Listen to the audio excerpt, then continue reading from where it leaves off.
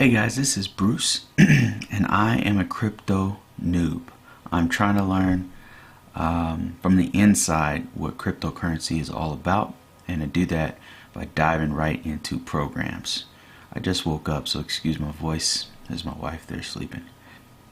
So, I'm going to start off by recapping some of the things we've already talked about in episodes 1 and 2. So the first thing we talked about was Steemit. So here I am in Steemit, and what I want to do here, if I can, is I'm still kind of learning Steemit, so bear with me. I'll give you updates as I learn new things, as I get more serious about Steem. But so far, I really like this platform. I like the concept of having an economy that is based on posting and interacting in social media, and I wish that more social media platforms would adopt things like this. But right now, what I'm doing is I'm gonna go to my blogs. So far, I've posted. It says I have 18 posts, but I think what it does is it includes the posts that you've done for comments. So between comments and posts, I've done about 18. So that's what this estimate is right here. And mostly it's just me reposting stuff that I've done in the past, me and my wife Yuri, from our channel, and also some new content that's really specifically like this video, mostly for Steem. Although I do have another channel, if you want to find it, it's called Crypto00b out there, Bruce Brown, Crypto Noob. But okay, so far those are, it's gotten a little bit of traction. It's not, it didn't go viral or anything. But let's look at comments. People are pretty cool on this site. I mentioned before that some people can be like trolls, but this site it just has great people who are very encouraging. And so far I've made, it says $41, but $20 of that I actually put in from another account. But I did make $20 on here, a little more than $20 between posting, which made a little bit, and actually somebody just donated $20 to me, $20 in Steem, and Steem is worth a little over $1, I believe. I think that's the market cap. So after only a week, maybe less than a week, I've already made about $20 on Steem. That's pretty good for somebody just starting out on it. Okay, so that's enough about Steem. I'll give you another update next time. Now, the episode 2, we talked about Digibyte. Let's see how Digibyte's doing. Now, I bought Digibyte when it was 1 penny.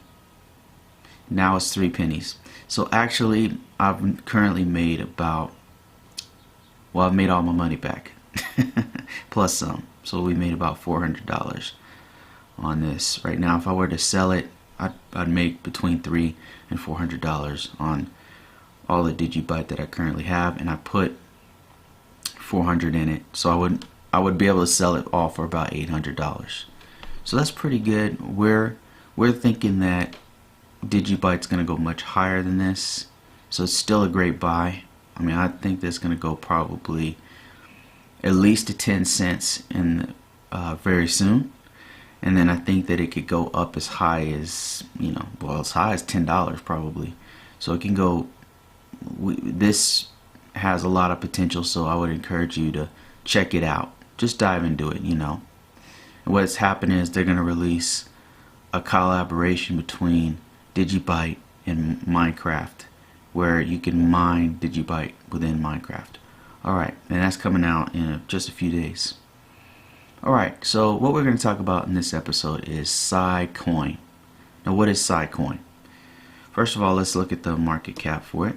Let's see what it's worth. Right now, it's worth about, not even a penny. It's 0.009 cents. So almost a penny. It's almost there.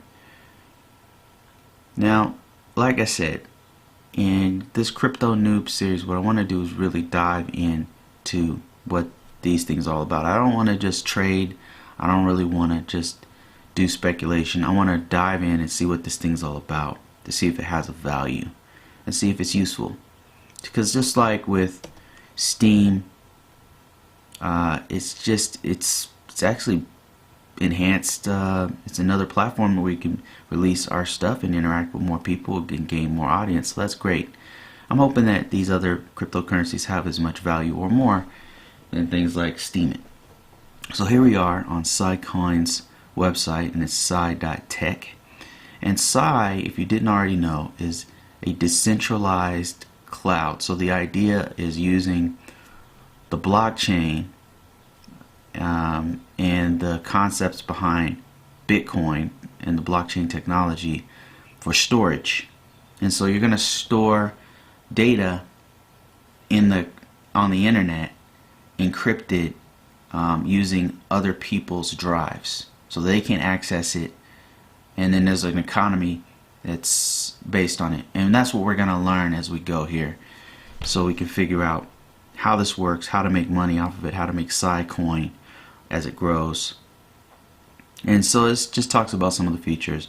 It's completely private, far more affordable than things like what they're saying here is Amazon. I don't use Amazon. I actually use Google, but it's saying it's even cheaper than Google, or as cheap as Google. It's highly redundant because they actually spread your data across multiple systems, and then it's open source, so you can just download it, and built on the blockchain, like we said. And it says here's the savings. It says 5 terabytes is $10 a month, and you don't have to get 5 terabytes, but let's see. I normally get about probably 1 terabyte is reasonable for me. So with Psi, they're saying that that's approximately $2 a month. And Amazon 23, Google Cloud 20, Azure. So 1 terabyte is actually a lot for cloud. Alright, so it's cheaper, it's decentralized, it's encrypted, it's private. That's great. Another great resource to learn more and talk directly to the community of Siacoin, other people who are collaborating and getting into this, is Reddit/r/Siacoin. Great. It seems like a pretty good resource. Alright, so let me show you what I've done so far. Let's see what we've got. I've already downloaded the UI, the user interface for Siacoin, and I've already synchronized it. This was a very long process. This took actually 3 days. I'm hoping that they find some other way to more quickly do this, because I guess it's synchronizing with other peers. I guess that's what it's doing. It's synchronizing with the rest of the cloud, I guess, and that took about 3 days. It took a long time. I actually already recorded this 3-4 days ago, but it was taking so long that now I'm re-recording after it's done. So that was the first thing I had to do. Download, install it, and then I had to synchronize, which took a while. And now, well, actually I've got another hurdle that I need to figure out. So it tells you what I would like to do with this. Okay, let me just give you a bird's eye view of what I'm trying to do. I am trying to make Siacoin. As a part of my experiment, our journey together, we want to participate in this, figure out how it works, and then make money off of it, hopefully. Put money in, take money out, be a part of the economy, right? So Siacoin, I guess the way it works is that you can actually rent a portion of your hard drive, space. Let's say you have a storage unit on your computer that you have 35 gigs of data, space that you don't use on your computer. Well, you can rent that out to people, and they'll pay you Siacoin monthly, I think it's monthly, to rent out that space, and you get paid Siacoin to rent out that space. And so I wanted to know how much it makes a month. How is this something I could do well on, that we can do well on? So far I'm reading the instructions, and you're seeing me learn live here, guys, because I've never done this before. This is new to me, as new to you as it is to me, as it is to you. You, me, something, I don't know. But to start hosting, which what we want to do is, number one, we need to add a storage folder. So I've already done that. So I have a Z drive here. I have a storage. We have so much data that we do videos, so we had to actually get a storage, and we've got like 4 terabytes of data. So we got plenty of extra space. So I'm going to use that drive, and I just call it income for storage psi. And the minimum amount that you can do, which is what I'm going to start with, is 34 gigabytes. That's the minimum. So I've already set that up. I just created a folder. It allows you to create a folder here when you first start, and then you choose the folder, and then you choose the size of the folder, as you can see here. And then the next step was set your preferred price, bandwidth, collateral, and duration. So all of this stuff, I just took the default. I don't really know what I want to do here, but it says the max duration is going to be 26 weeks, which is about 6 months. And then the collateral terabytes per month is going to be 100. I don't really know I've really got to get a feel for that. To do it, to feel what's going on, I've got to do it. That's the kind of, it's kind of learning that I do. Number 3 is set accepting contracts to yes, and so we've already done that here. I said yes. And then we need to announce our host by clicking the above announce button. Now the issue is here is, look at this. So even if I announce this, people can't actually access the host in my system, which has the storage drive on it. This is a problem, and this is something that I have to fix before we go much further. It says host unreachable. Your host is not connectable at the configured net address. Check your UPnP and NAT settings. Network address translation settings. Yeah, I think that's what that is. Alright, so we're going to go ahead and pause this while I figure out check my network address translation settings and UPnP settings. Alright, see you soon. This